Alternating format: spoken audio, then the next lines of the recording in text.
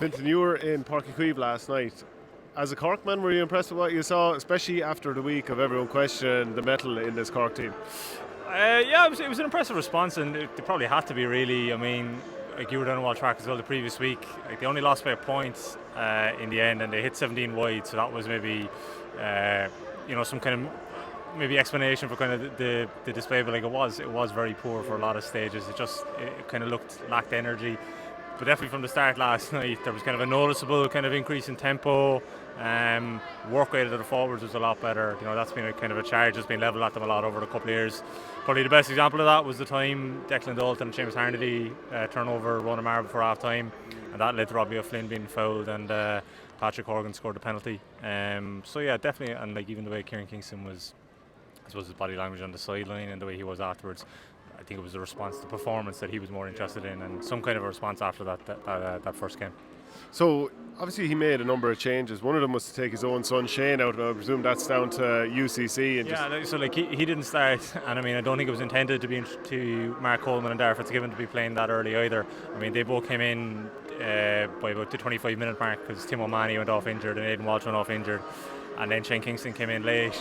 So I mean, like, they've had a big, heavy schedule recently. Fitzgibbon quarter-final during the week, and they've a semi-final next Saturday. So that kind of explained why he wasn't starting after scoring 2-2 last week.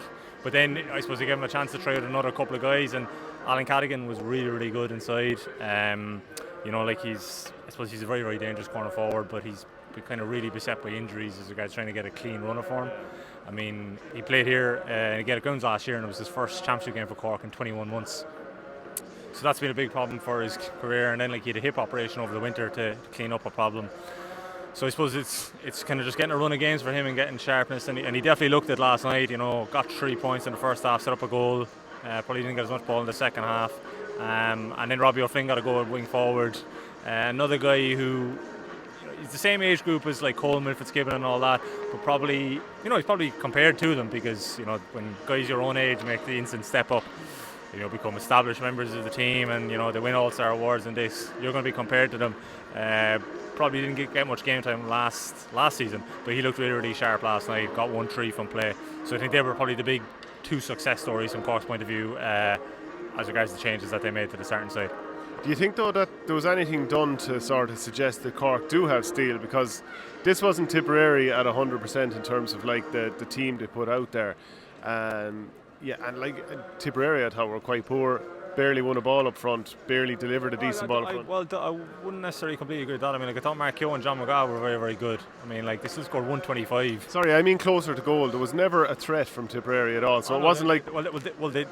They didn't score a goal from open play, which was unlike them. But the weird thing was they were actually fashioning a good few opportunities. But like, there was a couple of times the connection wasn't really kind of clean and what you'd expect. Like, and Patrick Collins was able to make saves. Thought he was very good actually in goal. This is more at the very end than anything else. Yeah, and he made one brilliant save from Niall O'Mara. Now it ended up leading to the penalty, which Brian Hogan scored. Seamus Callan came in, was probably unusually quiet for him. Well, he only got one ball into his hand. This is what I'm saying, that the delivery wasn't right. I don't think that this was Tipp anywhere where they need to be. And like, they're all Ireland champions, so I don't think they have to worry just right now. But it comes back to, based on, if you look at Tipperary and qualify where they're at right now, did you see anything that suggests that Cork might have more steel, or is it just 170 minutes and you can't read into it? It's difficult to kind of read a whole lot into it, I mean, I think as regards kind of teams makeup and that kind of thing at this time of the year, like judging, I wouldn't judge it on one performance. I think the more interesting thing is the personnel issue. So like you mentioned the attack, I think the defensive issue, like, has it been long, is I suppose criticised in Cork, isn't it? What's their best spine of their defence? So last night we saw last Sunday, Robert Downey starting full back, Tim O'Mahony centre back. I thought Downey did really, really well in what is like kind of relatively new position. I mean, it's 2017 he was full forward in an All-Ireland minor final, and now he's trying to be a senior full back in 2020. Tim O'Mahony went off injured after about 25 minutes. So I'd say kind of jury's probably still a bit out for him. He suffered an ankle injury there. I think that's the kind of things that Cork are looking to kind of figure out as regards what they can kind of build on, kind of bring going into the summer. Do you see enough from Mark Coleman to suggest that he can not only replicate his 2017 form, but actually kick on from it, because it hasn't fully happened for him just since then, even though we know he's got the talent. Yeah, I'm kind of not sure where they're going to play him. I mean, they kind of seem to be looking to put Damien Callan as a left half back. I think he's definitely impacting more of the play. You know, he's a defender that was kind of heavily criticised when he's kind of been left isolated. I think 1-on-1 close to goal. But I mean, you saw the way he played football. He was a very, very athletic guy. He got 3 points last Sunday, got a point last night. I think he's probably impacting a good bit more a wing back. So if you're going to put him 7, they look like they're trying to make Chris O'Leary into kind of their number 5 at the moment. Does that mean Coleman's going to be midfield? Bill Cooper dropped back to number 6 last night when Tim O'Mahony went off. Darragh Fitzgibbon came in alongside Coleman in midfield, and he was absolutely superb, you know. So I think that the thing with Coleman, and there's a few of the Cork lads trying to figure out where they're going to best deploy them. And those are the questions that I don't think Liam Sheedy probably has to kind of worry as much about, because you're all Ireland champions. You can kind of gently ease yourself into a new season. It's probably more for him. It was maybe more looking last night at the likes of, you know, like Jake Morris started, Cian Darcy, Mark Yo, further back Alan Flynn, Paddy Cadell. It's those kind of fringe guys. I mean, he spoke afterwards. I thought one of the most interesting lines, rather than talking about 2020, you know, the usual stuff about kind of building up performances and improving. But he said, openly said, we need to find 3 or 4 new players. Thought that was interesting. I mean, I suppose, you know, Dunamar, James Barry have retired. Maybe he's thinking injuries. Maybe he's thinking they need to kind of add something a little bit extra. So is that what he's viewing the league as, this kind of an auditioning process? For the guys who won the 21 All-Ireland and the Under-20 All-Ireland over the last couple of years, that who's going to put their hand up and, you know, say, right, I'm your man to either start or come in come the 10th of May against Waterford and Walsh Park. One thing that Cork have that Tipperary don't have enough of, really, I'd say, is pace. We saw Sean O'Donoghue won an awful lot of 50-50 balls on Jake Morris, who of course got a few scores, and he's got great talent. Up front, Alan Cadigan, very few players can mark him. Darragh Fitzgibbon, when he gets the legs churning, especially when he's running from midfield, and I think midfield more so than centre forward, because he's more of a chance to build up ahead of steam. Yeah. I think that's something that, like, Kieran Kingston will realise, I've got real opportunity to hurt Tipperary and everyone else during the summer there. Do you think Tipperary can find solutions to that? Because I just don't see, like, Sean O'Brien had a tough day on Alan Cadigan, and I'm not sure if Tipp have the man one-on-one to kind of stick with him. Yeah, he did have a tough day on him. I mean, the ball, like, Cork's supply was quite poor, I thought, at times last Sunday in Walsh Park. Definitely better, definitely more favourable to the forward last night with the deliveries that were going in. So like, they kind of weren't maybe offering him much protection. I mean, Paddy Maher was kind of the defender kind of had the most impact from a Cork or from a Tipperary point of view. I mean, I wonder where Tipp kind of maybe looking at quietening Horgan a good bit. Like Joe Dwyer, I thought did quite well in the first half. He came in more into the game in the second half, but you're still kind of looking at that team sheet. I mean, like, you know, you know, Carl Barrett last night, 2 Borsallee lads to come back into it, Noel McGrath, probably forgetting a couple of maybe kind of established names, you know, so I kind of think that they're going to be all right come the summer. It's probably just going to be more interesting. Maybe the attacking talent seems to be there, doesn't it, as regards those kind of underage teams. Like, one guy who didn't feature last night, but he's probably had a busy schedule recently, is Craig Morgan. Like, I think he's a brilliant prospect as a cornerback. You know, he's the under-20 captain last year, so maybe you might be expecting a bit much for him to kind of immediately step up, but there's definitely those vacancies there, given the 2 retirements I was saying, in terms of, if not your starting 6 backs, who are the first kind of 2 backs that you're going to be bringing in, and you know, he's a guy that maybe could push on. What about Bill Cooper at 6? I know you said he went back there just as a needs must because of injury. Could you see him staying there more longer term? You know, especially like as someone who clearly has leadership, and he's played the defensive midfield role, so it's probably not a million miles from what he was doing anyway. Yeah, he's really become just like a massively important figure in that team. I mean, like, he made one brilliant catch at the end. It actually was the one that led to that, you know, really sickening collision for John O'Dwyer. And, you know, thankfully, Liam Sheedy was saying afterwards that they think he's going to be okay. But it was a really, really big catch by Cooper prior to that collision. And he just did a lot of kind of really, really good work. Like, there was one passage of play actually just before half time. Again, something that Cork are constantly maybe, and, you know, and rightly, I think at times kind of criticised for, like, the kind of ability to win, you know, the ruck ball. But they did well kind of underneath the south stand to win one. He was kind of heavily involved in it, and then basically the ball was kind of spilled out to Fitzgibbon, who hit over a super point. Yeah. So again, it goes back to what's the best kind of combination for Cork. Like, I mean, that Cooper Fitzgibbon midfield, I still think that's probably Cork's best midfield partnership in terms of getting the most out of midfield. But then it's a case of needs must. Like, I mean, if Tim O'Mahony, if that's not going to quite work out, because he's still quite young, as your centre back, they're going to have to put Cooper back there. If they're going to put Callan 7, does that mean Coleman comes in? So I think Cooper is definitely going to start. I think the best midfield partnership is probably him and Fitzgibbon, but I wouldn't be surprised. There's been numerous examples of guys having to tailor their roles to suit the team. I mean, Brendan Maher's probably the biggest example for Tipp last year, wasn't it? Like going back full back maybe in the Munster final on Aaron Gallan. So it definitely is. I think it's the big thing for Cork. Who's going to be your 3 and 6? And on that, just one of the things from a defensive point of view, Colm Spillane being back, I think that's a big thing. Just looked really, really solid as a cornerback, and he's another guy that has a lot of pace. So I think keeping him fit is a key thing for looking ahead to the summer. And I know I'm probably catching you on the hop here, but like if you were to pick your best half back line for Cork, and just to look at the programme there, like would you be like, so you've Chris O'Leary, Tim O'Mahony, Damien Cahalan, we talk about Bill Cooper, Mark Coleman. If you were picking your midfield and your half back line, and the half back line especially, what do you think gives Cork the best chance for victory over the course of the summer, I suppose? I'd probably put maybe Coleman and Cahalan as the wing backs. I think Cahalan's looked very, very good at the moment, or so far. They both do heavily favour being on the left hand side. That is the one thing, and Chris O'Leary's right, so maybe you're suffering from a bit of balance there. I suppose Cooper's probably going to be 8. Does Christopher Joyce get in the conversation? Well, he's back on the panel last night. It's probably going to be a big ask for him to kind of get right in time. Mark Ellis, he's kind of out injured at the moment. I think he's after suffering a foot fracture. Could be wrong now, guys. That's the injury. So I'd say there's a question mark there, but whether he'll be kind of back fit in time. So there's a couple of options. I think they're probably going to stick with O'Mahony as their centre back, but I think the big thing is just going to be kind of offering him that protection. So maybe that's if you Cooper at 8, he kind of funnels back. But I agree with what you were saying. I mean, I think they may be tempted to put Fitzgibbon into midfield, but I definitely think 9 is where he kind of does his best work. Because if you think about it, like as you were saying, if you get the ball in the half forward, it could be 45 yards from goal. Once you kind of get going, you're going to get bottled up close to goal. But last night, once he kind of got the ball and took off, Tipperary really couldn't handle him, and he probably ended up being kind of the game's dominant performer then. How did you feel about Aidan Walsh? I thought it didn't work for him against Waterford. I saw some people saying he played quite well. I didn't think it suited him. I didn't think he scored one nice point early on, got on a couple of balls, hit a couple of bad wides. Wing forward, do you think that's the spot for him? Just persist. Like, he's such a brilliant athlete that if it clicks for him, he could be devastating. Yeah, I think that's probably where they're going to look at him. I thought he was doing well last night. He was kind of busy, kind of involved in it. Probably they'll be a bit disappointed that he had to go off injured. When he was kind of looked to be in a bit of form. Maybe my expectations for him are a little bit higher. And a lot of it goes back to Gaelic grounds against Limerick in that 121 game so many years ago. What was it, 7 points from play or something ridiculous? Yeah. I mean, he's had a kind of a tricky career, I always think, in the sense that he's kind of jumped between the two codes a lot.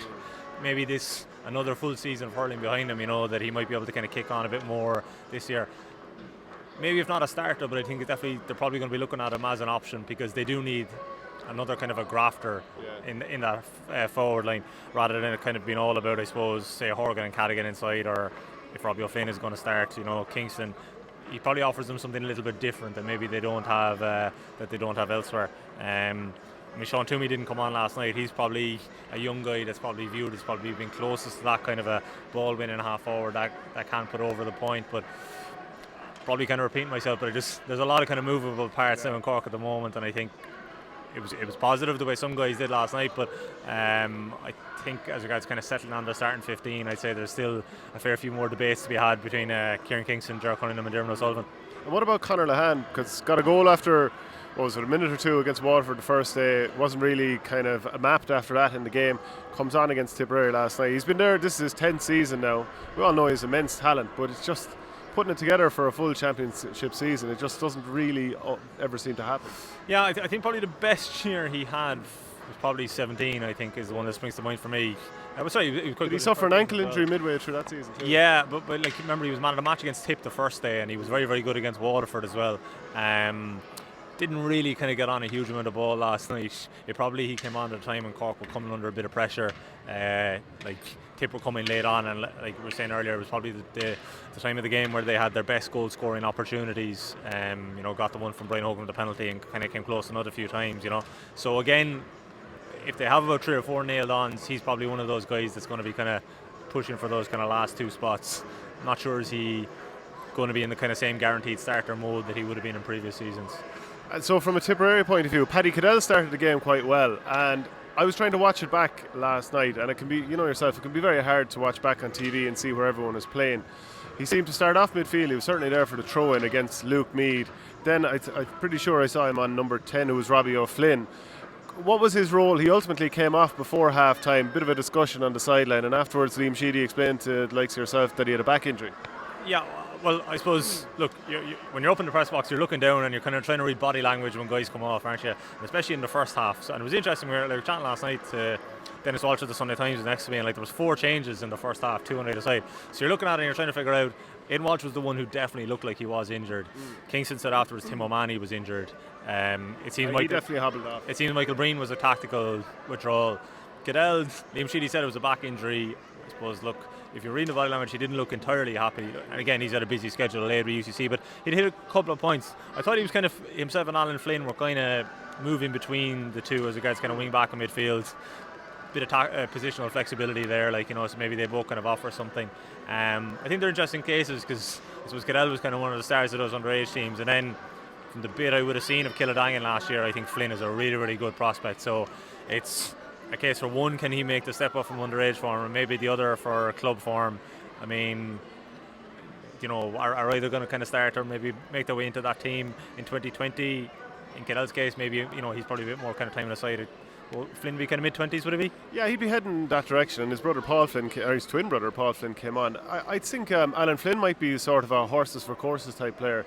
You've seen him doing the tagging role against certain teams, like Tony Kelly, for example. He was given a man-marking role. I can see him definitely having that in certain games. I just wonder also, just in terms of the Tipp team that was out last night and some of the guys who got their opportunity, Willie Connors, I'd say he's probably got some of the neatest flicks and tricks you'll see in hurling. How did he play overall?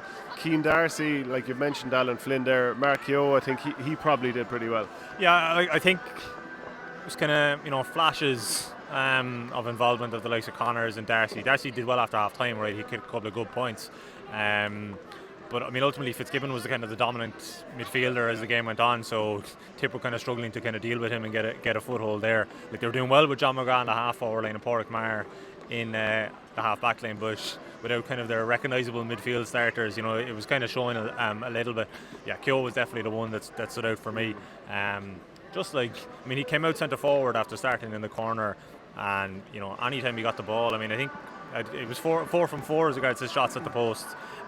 He hit one brilliant one in the second half, and it looked like he was going to be bottled up. I think it was John McGrath gave it to him, can't remember, but he basically just did one sidestep and hit it over a standing position on his left. He's not starting for UCC, I think, at the moment in the Fitzgibbon Cup, like, you know, so maybe he was kind of a bit fresher than others, like, but he definitely was the one guy I thought up front Cork couldn't quite get a handle on all night. Maybe they weren't quite, you know, like, you're aware of John McGrath's tread and you're going to kind of maybe have a plan to kind of combat him. Maybe he kind of took them a bit by surprise, but as regards the emerging guys, and we even said it to Liam Sheedy afterwards, I would say he was the one that kind of made the strongest case last night going forward. But I mean, this is all, you know, this is like the second instalment of 5, you know, this is like, there's going to be another few run-outs as the spring, but you kind of think then, like, you know, the Borsa League lads come back and Noel McGrath and these lads, that it's kind of earlier you need to be kind of making your case. And definitely Tipperary kind of had the feel of, you know, the starting side last week, today, that I think that's the purpose of the league for them, really. Like, you know, I don't think they're well, I suppose you could argue, I mean, with the new system, how many teams are very much concerned about winning it, like, but I definitely don't think it's their priority at the moment. And like, I think Michael Breen probably ended up in the forward line a little bit as of a needs must, because there wasn't too much heft in the forward line otherwise. So maybe the idea is this guy scored 6 points from play against Cork 2017 Munster Championship. Maybe he can get a few scores and win a bit of ball. Didn't happen for him. Taken off before half time. Probably suffers a little bit for his athleticism, which therefore makes you very versatile. But I just couldn't see Championship him starting in the forward line, maybe midfield. But I would like to see him in at least try it out in the half back line, especially now, and like even the full back line, which I've obviously said for a couple of years. But I'd like to see him tried back there, because he's been tried everywhere else, and he's not fully kind of getting the most out of this player. This is definitely a long-term consistent view of yours anyway, as regards. Yeah, and I mean, maybe. But like, I see there's talent there, that's the thing. Like, it's not that I'm hammering him, I see that there's talent there. Yeah, he just doesn't strike me as one of those guys that being forward, he's comfortable, you know, kind of facing the ball and then turning. Yeah. I mean, I was looking back on it last year when Tipp played Cork in the league, they gave them a serious beating in Porky Rain. He got 6 points in play at midfield, and it was that kind of, you know, moving around and kind of picking up the loose ball. But he does that when you're beating a team. He absolutely goes to town. That day now, I think he was on it from the very, very start. He was absolutely terrific. But it's just, I suppose, kind of getting that out of him consistently. I mean, it doesn't seem that they are going to. Well, so far it doesn't look like they are going to look at him there. But again, you wonder, like I was saying, with those couple of experienced defenders gone. As the guys who your kind of top 8-9 defenders, maybe rather than just looking at the young guys, likes of Brian O'Mara came on last night. He looks like a really good prospect, doesn't he? And Craig Morgan, maybe Breen is the kind of guy that you'd shove back there for a league game and kind of have a look at him. Yeah, because you'll have Dan McCormick coming back as an option in midfield or half forward. Niall O'Mara kind of came back and won a ball straight away. He looked good. As a Cork man with a Tipperary father, we might add. Are you a bit more encouraged heading into the summer now after what you saw last night? Probably, yeah, but I think you just need to see it over a couple of games. This is you always know Cork are capable of performance, but it's just backing it up, and it's just, it's kind of those qualities that are kind of harder to define. Were they completely interested all the way through last Sunday in Walsh Park? Didn't probably look like it at times. I suppose you're getting up for it on a Sunday afternoon in Walsh Park, but then last night, Saturday night, the pitch was in great condition. It's under floodlights. They're at home against Tipperary. Is that an easier game for some guys to kind of get G'd up for? I don't know. But definitely the work rate and the kind of hits and the harrying in the forward line, that looked a lot better. And I mean, Kieran Kingston talked about it last night. I mean, he's well aware. I mean, it's his second spell as manager. He's well aware of what the big issue here is the guys tapping into some consistency, not only from game to game, but within games. And that's what he said. He said, look, you won't see consistency in 17 wins against Tipp. We'll judge it over kind of 3 or 4 games. I think I think that issue, that's still a question mark, and we won't realise that for the next few games. The encouragement I would see would be that Callaghan being back fit, because I think he's a really, really brilliant prospect, and the kind of promise maybe of Robbie O'Flynn wing back and Robbie O'Flynn wing forward and Robert Downey at full back. I mean, it's still going to be a big ask for Downey come championship, you'd think, wouldn't it? I mean, he's only 21 this year. To go in and kind of number 3, maybe if you had Spillane next to him, that could be a good kind of a guy to kind of. Well, it's when you mark Seamus Callan, TJ Reid, Colin Fennelly, Joe Canning, whoever's going to be inside. Yeah, I mean, it's been different from the last couple of weeks with regards to the guys from Waterford and Tipp that he's been up against. They're not quite as established. But look, I suppose you can only kind of do what's in front of you, and definitely the opening two games have been quite good for him. Cheers, Fintan. No worries. Thanks for watching Our Game. Don't forget to like and share the videos, and if you're new to the channel, hit subscribe.